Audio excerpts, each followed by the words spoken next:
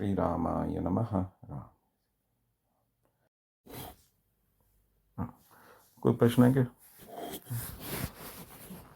कोई बात करनी है? कोई प्रश्न है क्या?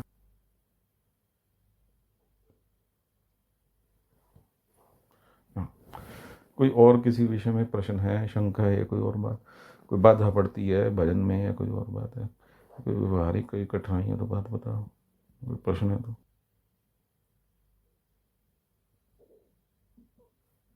बाहर की जो क्रिया है वो एक भजन का एक साधन समझना चाहिए। जो साधन होता है वे केवल शरीर मात्र से नहीं होता। वृत्रासुर जी के चरित्र से इस बात की शिक्षा लेनी चाहिए। महाराज दशरथ जी के चरित्र से इस बात की शिक्षा लेनी चाहिए। भीष्म जी के चरित्र से इस बात की शिक्षा लेनी चाहिए। भगवान के अनेकों भक्त हो चुके हैं, उनसे शिक्षा लेनी चाहिए। शरीर से अब वृत्रासुर जी की बात करें तो उन्होंने क्या कहा, मेरा मन आपके गुणों का गान करता रहे, मेरा मन आपके गुणों का चिंतन करता रहे, वाणी गुणों का गान करती रहे, और मैं शरीर आपके गुणों आपकी सेवा करता रहे। राम सीता राम। ये भगवान के विषय में उनके उद्गार हैं। तो भौतिक रूप से मन मुंह चला के प्रयत्न करके भगवान का नाम जप करना एक प्रकार है। ये केवल एकमात्र प्रकार है ऐसा नहीं समझना चाहिए। हरि व्यापक सर्वत्र समाना, प्रेम ते प्रगट हो ही मैं जाना। भगवान प्रेम से प्रकट होते हैं। भगवान तो अपनापन, भगवान जी से अपनापन हो गया है। अपनापन प्रेम ते प्रगट हो ही मैं जाना। जब देवता इत्यादि इकट्ठे हो के कहाँ जावे ये करते हैं, कौन बचाए? भगवान बचाए। कहाँ जाए? भगवान की प्रार्थना करने कहाँ जाए?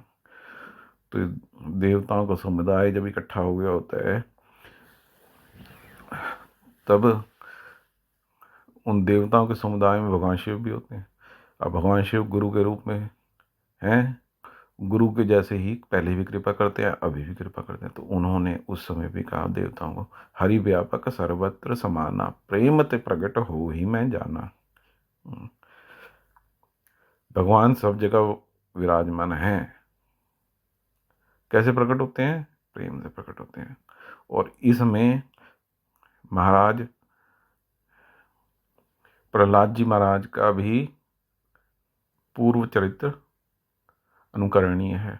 उनसे जब उनके दुष्ट पिता ने पूछा कि भगवान कहाँ पर हैं, तो उन्होंने कहा सब जगह पे हैं। तो खंबे में भी हैं। पूछा कि प्रहलाद जी से, प्रहलाद जी हाँ हैं। तो थंबे को तोड़ देता हूँ, थंबे को खत्म कर देता हूँ, तेरा भगवान भी खत्म हो जाए। थंबे को मारा तो थंबे में भयंकर गर्जना हुई, भगवान निकल आए। नरसिंह अवतार वो हुआ भगवान का, भयंकर अवतार। युद्ध किया, जिनके शरीर पे इंद्र देव जी का वज्र नहीं चलता था, उसी शरीर को पकड़ा, नाखूनों से फाड़ दिया। दुष्ट राक्षस का, जो प्रहलाद जी महाराज के पिता थे, नाखूनों से फाड़ दिया, हृदय निकाल के पटक दिया, शरीर भी पटक दिया। भयंकर अवतार हुआ। प्रेम ते प्रकट हो ही मैं जाना। भगवान प्रकट हो जाते प्रेम से। अपनापन होना चाहिए भगवान से, अपनापन। शरीर से जैसे अपनापन है, वस्तु से अपनापन है, इनसे भी अधिक भगवान से अपनापन होना चाहिए। क्योंकि शरीर तो मिलता है, वस्तु मिलती है, छूट जाती है, अवस्था थी छूट गई, सुख मिलता है, दुख मिलता है। विचार करना चाहिए, विचार करना चाहिए। भगवान से प्रेम नहीं करना होगा तो किससे प्रेम करना होगा? भगवान से यदि प्रेम नहीं करें, ऐसी कौन सी वस्तु है जिसे प्रेम किया जा सकता है? विचार करना चाहिए। और पता है तो सब स्वीकार नहीं है, स्वीकृति नहीं है, स्वयं की स्वीकृति नहीं है। बातें सुन ली, समय बातें सुन ली, खुश हो गए, हाँ, समझी नहीं ढंग से, स्वीकार नहीं की। तो विचार करना चाहिए, एकांत में विचार करना चाहिए। प्रेम ऐसी कौन सी वस्तु है, अगर भगवान से प्रेम नहीं करें, ऐसी कौन सी वस्तु है जिसे प्रेम किया जा सकता है? इस पर विचार करना चाहिए। प्रेम ते प्रगट हो ही मैं जाना। बीच में बाधा न उत्पन्न करनी चाहिए बोलते समय।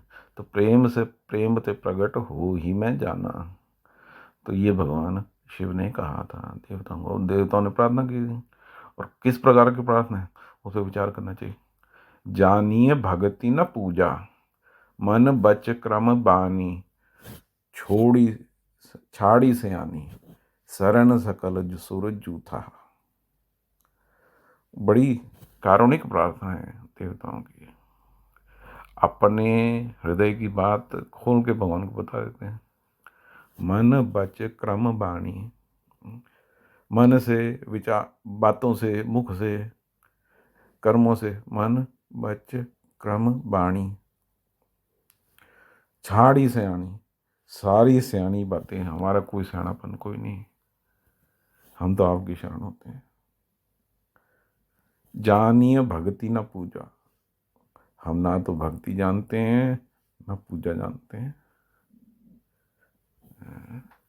बातें क्या देते हैं, अपनी बातें सारी अपने कोई नहीं रखते, अपने पास कोई नहीं रखते। देवताओं का समुदाय जब भगवान से प्रार्थना, अपनी पास कोई बात आड़ नहीं लगाते, अपनी सारी बात बता देते हैं। मन बच क्रम बाणी, छाड़ी से आनी, शरण सकल सुर जूथा। शरण हो जाते हैं, शरण हो जाते हैं। शरणागति के विषय में भगवान श्री राम के वचन हैं विभीषण की शरणागति के समय पे। जो एक बार मैं आपका हूं ऐसा कह दे, उसको मैं स्वीकार कर लेता हूं। विभीषण जी को स्वीकार कर लेते हैं। देवता लोग क्या कहते हैं, छाड़ी से आनी, शरण सकल सुर जूथा, जेहि दीन प्यारे वेद पुकारे, जेहि दीन पियारे वेद पुकारे। हैं? तो जिनको दीन प्यारे हैं, ऐसा वेद कहते हैं, पुकार पुकार के कहते हैं वेद। यही दीन प्यारे वेद पुकारे, द्रव उस श्री भगवान, वे भगवान हम पे द्रवित हो जावे। बड़ी कारुणिक प्रार्थना है देवताओं की।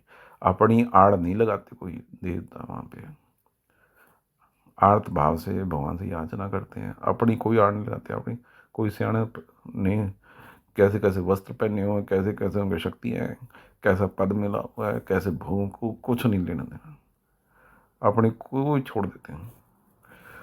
तो जो बड़े, जिनके बड़े हैं, जिनके बड़े अधिकार हैं, वे अपने बड़े होने का अभिमान इत्यादि मन में कोई किसी प्रकार की अभिमान की तो बात ही क्या, अन्य कोई आड़ नहीं लगने देते सामने भगवान शिव की प्रेरणा शिक्षा इत्यादि से कोई आड़ नहीं लगने देते, भगवान से प्रार्थना करते हैं। नमत नाथ पद कंजा,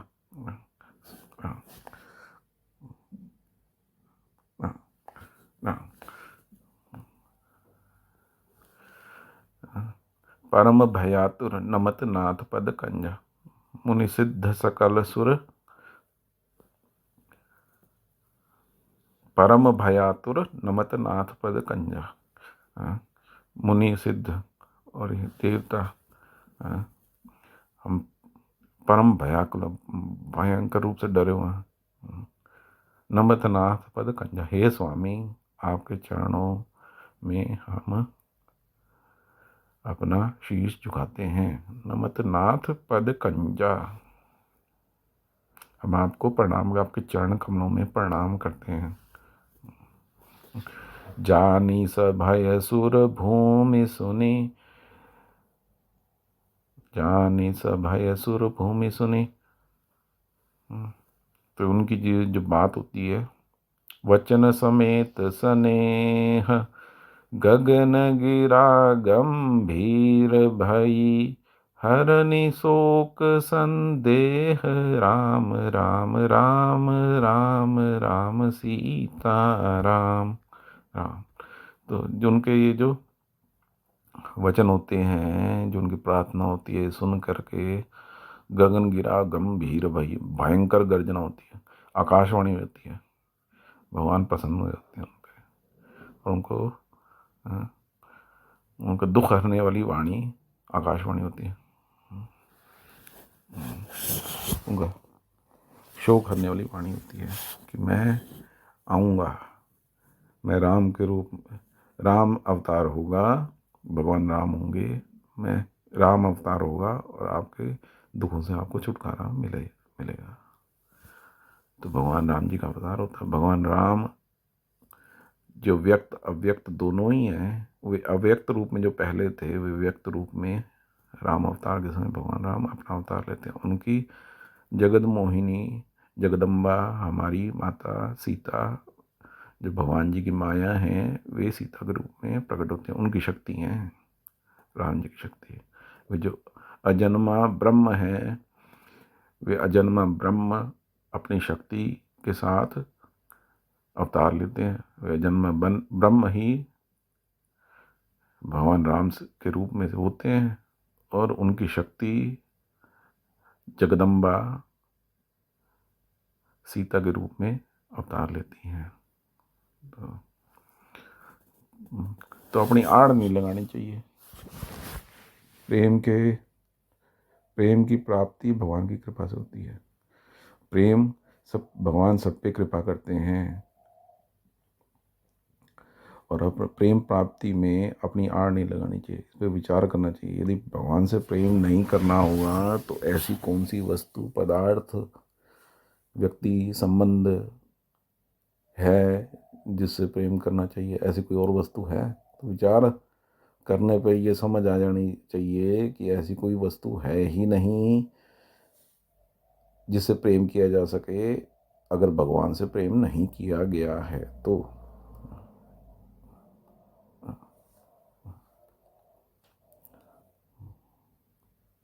प्रेम मांगने के बारे में विचार करना चाहिए।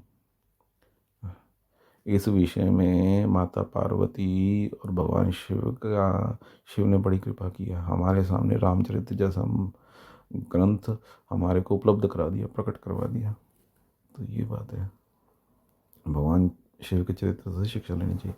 वे राम कथा के आदि आचार्य हैं भगवान शिव। भगवान के प्रेम के विषय में बात चल रही थी, तो सुख की बात कहाँ से आई हुई? तो प्रेम के विषय में तो जो बात है, तो उससे भगवान से याचना करने के बारे में विचार करना चाहिए। भक्ति अपन आपन देन न कही। तो काकभूषुंडी जी को भगवान जी ने वरदान मांगने को कई बातें कही, कितनी ये मांग लो, ये वो कही। तो काकभूषुंडी जी शायद कहते हैं कि भक्ति आपन देन न कही, तो और तो कहीं भक्ति देने को नहीं कही। तो भगवान जी से भक्ति मांगते हैं काकभूषुंडी जी। हैं?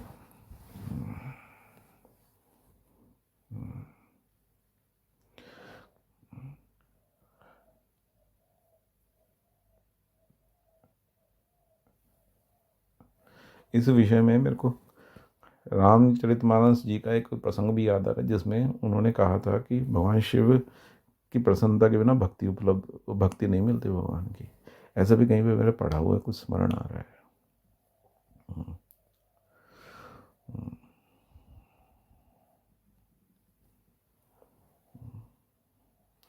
तो भगवान से याचना करनी चाहिए। भेद नहीं करना चाहिए। भगवान शिव और भगवान में भेद नहीं करना चाहिए। वो एक ही भगवान है। जिस प्रकार से एक ही पिता स्कूटर पे कार चलाते समय ड्राइवर होता है, कार का ड्राइवर होता है, उसी प्रकार पे काम पे करते हुए काम करने वाला होता है। किसी के सामने पिता, किसी के सामने भाई, किसी के सामने पुत्र। एक ही पिता अनेकों रूपों से हो जाते हैं। एक ही पिता अनेक वस्त्र डाल करके अनेक रूपों के दिखते हैं। अनेक काम करते हुए अनेक अलग संज्ञा को धारण करते हैं। उसी प्रकार से एक ही भगवान राम, विष्णु, कृष्ण, शिव, पार्वती, सीता के रूप में अनेक रूपों में विदित होते हैं। एक ही है भगवान। तो भेद बुद्धि नहीं करनी चाहिए भगवान शिव में और भगवान विष्णु में, भगवान राम में, इनमें भेद बुद्धि नहीं करनी। एक ही है भगवान में, एक ही है अनेक रूपों में। तो द्रोह नहीं करना चाहिए भगवान शिव से, द्रोह नहीं करना, उनकी प्रसन्नता लेनी चाहिए भगवान शिव की। जो भगवान का प्रेम, उनकी भक्ति चाहते हों, उनको विशेष रूप से भगवान शिव की प्रसन्नता लेनी चाहिए। गुरु के जैसे हैं तो, गुरु के जैसे कार्य करते हैं। कितनी कृपा की उन्होंने, व्याकरण में भी कितनी कृपा की है, पाणिनि मुनि जी पे कितनी कृपा की है, रामचरितमानस प्रकट करके अनेक लोगों पे कितनी कृपा की है। भगवान की भक्ति कितनी सम्यक रूप से भगवान शिव ने की है, राम जी की भक्ति कितनी सुंदर रूप से की है।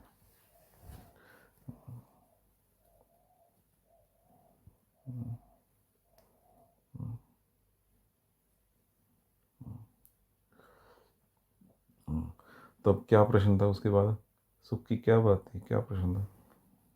तो सुख की इच्छा ना हो वो कैसे हो सकता है? सुख आना और लेना, ये दो बातें होती हैं। एक तो इंग्लिश में कहते हैं एक्नॉलेज करना, कि एक वस्तु यहाँ पड़ी है।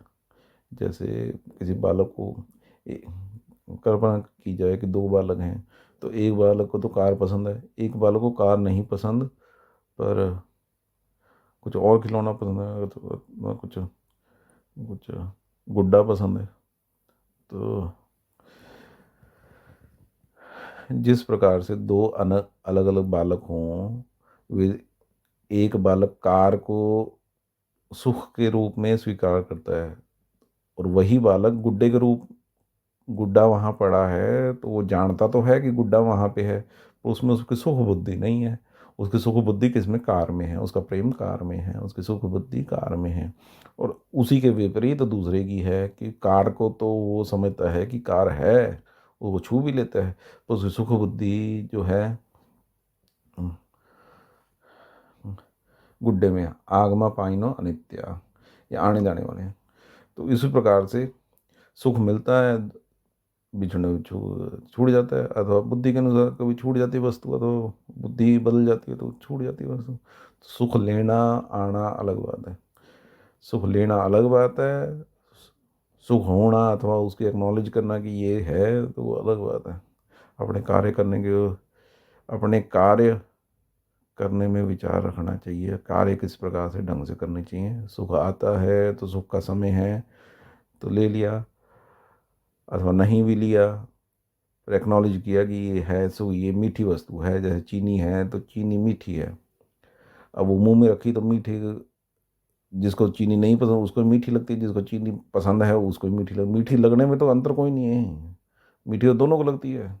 एक को चीनी नहीं पसंद तो भी मीठी लगती है, एक को चीनी पसंद है तो भी मीठी लगती है। अब एक को सुख मिलता है और एक को जिसको नहीं उसको दुख मिलता है, और तीसरा कोई व्यक्ति हो वो मिल जाए तो ठीक है, ना मिले तो ठीक है, तो उसको अनुभूति तो होती है कि मीठी है, पर उसको ना तो सुख का है ना दुख का है।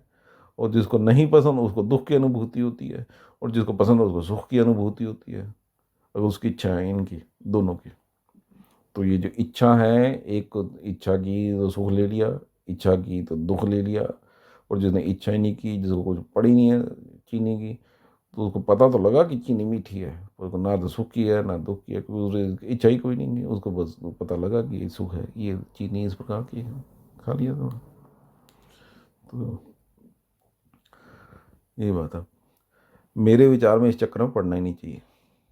सुख सुख कैसे छूटे, सुख ना छूटे, इसके चक्कर में पड़ना ही नहीं चाहिए। भगवान का भजन करना चाहिए, अपने कर्तव्य कर्म का पालन करना चाहिए, भजन करना चाहिए, और आगे बढ़ते रहना चाहिए, आगे बढ़ते रहना चाहिए। पूर्व काल में जो गड़बड़ कार्य किए, आज भी 10 मिनट पहले भी जो, अथवा 1 घंटा पहले भी जो गड़बड़ कार्य किए, उसको छोड़ के अच्छे बनने की चेष्टा करनी चाहिए, कर्तव्य कर्म करने की चेष्टा करनी चाहिए। पहले जैसे थे उससे अधिक उन्नत होने की चेष्टा करनी चाहिए। ये केवल धन धन के विषय में उन्नति की बात नहीं कर रहा, अथवा कोई एक विषय में बात नहीं कर रहा, समग्र रूप से अपनी उन्नति के लिए प्रयास करना चाहिए, जिसमें मुख्य प्रयास है भगवान की ओर चलने का, मोक्ष गति अथवा भगवान की प्राप्ति। ये अन्य अनेक शब्द हैं। लौकिक रूप से भी इसमें इसको स्वीकार किया जा सकता है, लौकिक रूप से धर्म अर्थ इत्यादि। धर्म तो भगवान की प्राप्ति में सहायता करता ही है, अर्थ भी सहायता कर सकता है, काम सहायता कर सकता है, अनेकों ये हैं अनेकों, ये भी भगवान की प्राप्ति में तो सहायता कर ही सकते हैं। तो समग्र रूप से लौकिक रूप से भी करना चाहिए तो मेरी ओर से कोई बाधा नहीं, मेरे विचार में उसका प्रयत्न करना ही चाहिए, जिससे अपना कल्याण की ओर मानव अग्रसर हो सके, आगे चल सके, आगे बढ़ सके। सुख मिले ना मिले इस चक्कर में ज़्यादा पड़ना नहीं चाहिए, अपने कर्तव्य कर्म की ओर ध्यान देना चाहिए और श्रेष्ठ बनने की इच्छा करते हुए उस ओर प्रयास करना चाहिए, नित्य प्रति, नित्य प्रति। 1 घंटे पहले अभी आगे 1 घंटा आए हैं तो हमने कुछ उन्नति के लिए प्रयास किया है क्या अपनी, इस ओर विचार करना चाहिए। और कोई प्रश्न शंका है क्या?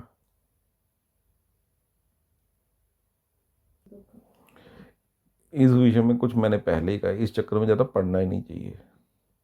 तो परिस्थितियों का परिष्कार करने का प्रयास करना चाहिए, किस प्रकार से उनका परिष्कार किया जा सके, उनसे निकला जा सके, अथवा उसका उनको ठीक किया जा सके, अथवा उसका जो जिस रूप में उनको उस परिस्थिति का अनुरूप उत्तर देना या जिस प्रकार से उनका रिस्पॉन्स देना ठीक है, धर्मयुक्त है, विचार युक्त है, समग्र रूप से उत्तम है, वह प्रयास करना चाहिए। तो ये तो व्यवहारिक बातें हैं, तो अनेक बातें, पर इस चक्कर में नहीं भगवान अपने आप का ढंग से कार्य करने की चेष्टा करनी चाहिए। ये बात पहले जैसे कही है, ढंग से कार्य करने की चेष्टा करनी चाहिए और उन्हें उन्नति की ओर प्रयासरत रहना चाहिए। और सभी प्राणी के हित की कामना करनी चाहिए, सभी प्राणियों के हित की कामना करनी, हित में रत रहना चाहिए, अपितु हित में, सभी प्राणियों के हित में रत रहना चाहिए। ते प्राप्नुवन्ति मामेव सर्वभूत हिते रताः लभते ब्रह्म निर्वाणम सर्वभूत हिते रताः।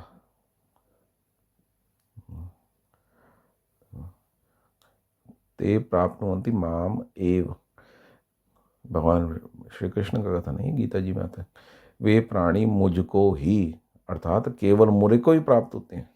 ते प्राप्नुवन्ति मामेव, मामैव, ये प्राणी केवल मेरे को ही प्राप्त होते हैं। कौन प्राणी? सर्वभूत हिते रताः, जो सभी प्राणियों के हित में रत रहते हैं। सभी प्राणियों के हित में, हित और सुख अलग बात है। कई बार लौकिक रूप से लोग हित और सुख को एक दूसरे का पर्याय समझ लेते हैं। ये एक पर्याय नहीं है एक दूसरे के। हित सुख रूप में भी हो सकता है और हित किसी को दुख रूप में प्रतीत हो तो भी हित हो सकता है। हित सुख का पर्याय नहीं है, ना ही हित दुख का पर्याय है। हित का पर्याय हित ही है,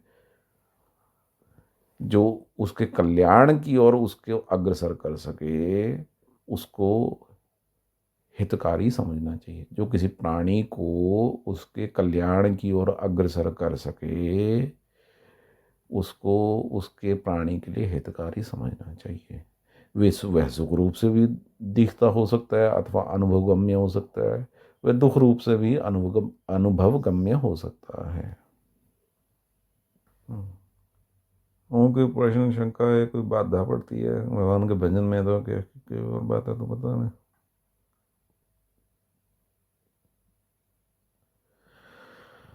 भगवान के अनेकों भक्त हुए हैं, अभी भी हैं, पहले भी सत्पुरुष हुए हैं, अभी भी सत्पुरुष हैं, अनेकों रूपों में।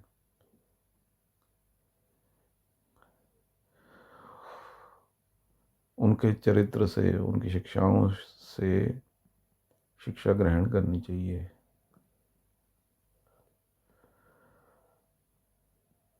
मन अनुरूप,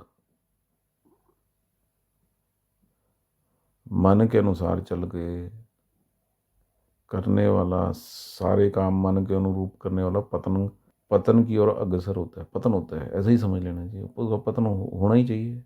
सभी काम मन के अनुरूप करे, बिना सोच विचारे मन के अनुरूप ही करता रहे, स्वयं के मन के अनुरूप करता रहे, तो उसका पतन पतन समझना चाहिए। जो कार्य होते हैं वे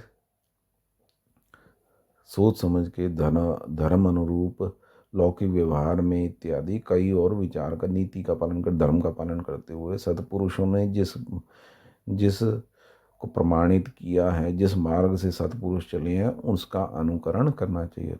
किस किस परिस्थिति में वे रहे हैं और किस परिस्थिति में उन्होंने क्या क्या उनके शिक्षा उन्होंने अपने चरित्र के द्वारा दी है, अथवा भगवान के अनेकों रूप हुए, अनेकों अवतार हुए हैं, उन्होंने किस प्रकार से शिक्षा दी है मनुष्यों के प्रति, तो सब विचार करना चाहिए। गीता जी इत्यादि, रामायण, रामचरितमानस जी में